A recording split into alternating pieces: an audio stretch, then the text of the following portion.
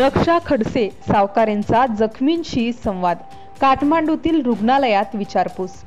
नेपाळमधील अपघातात भुसावळ तालुक्यातील भाविकांवर विघ्न आलेले असताना केंद्रीय मंत्री रक्षा खडसे व आमदार संजय सावकारे शुक्रवारी तातडीने रवाना झाले।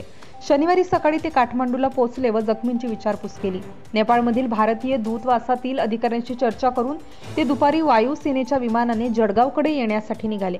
शुक्रवारी सकाळी 11:30 वाजेच्या सुमारास नेपाळमधील पोखराहून काठमांडूकडे निघालेल्या उत्तर प्रदेशची खासगी बस नदीत कोसळून जळगाव जिल्ह्यातील 27 भाविकांचा मृत्यू झाला तर अनेक जखमी झाले होते। या भीषण दुर्घटनेची माहिती मिळताच केंद्रीय मंत्री रक्षा खडसेंसह आमदार संजय सावकारे तातडीने नेपाळकडे रवाना झाले।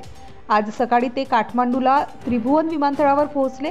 सुरुवातीला काठमांडूतील रुग्णालयात जाऊन त्यांनी जखमींची विचारपूस केली। जिल्ह्यातील भाविकांमध्ये जे दुसऱ्या बसमध्ये प्रवासी होते त्यांच्याशीही श्रीमती खडसे सावकारे यांनी संवाद साधला। क्राईम वार्ता news. Subscribe now and press the bell icon. Never miss an update.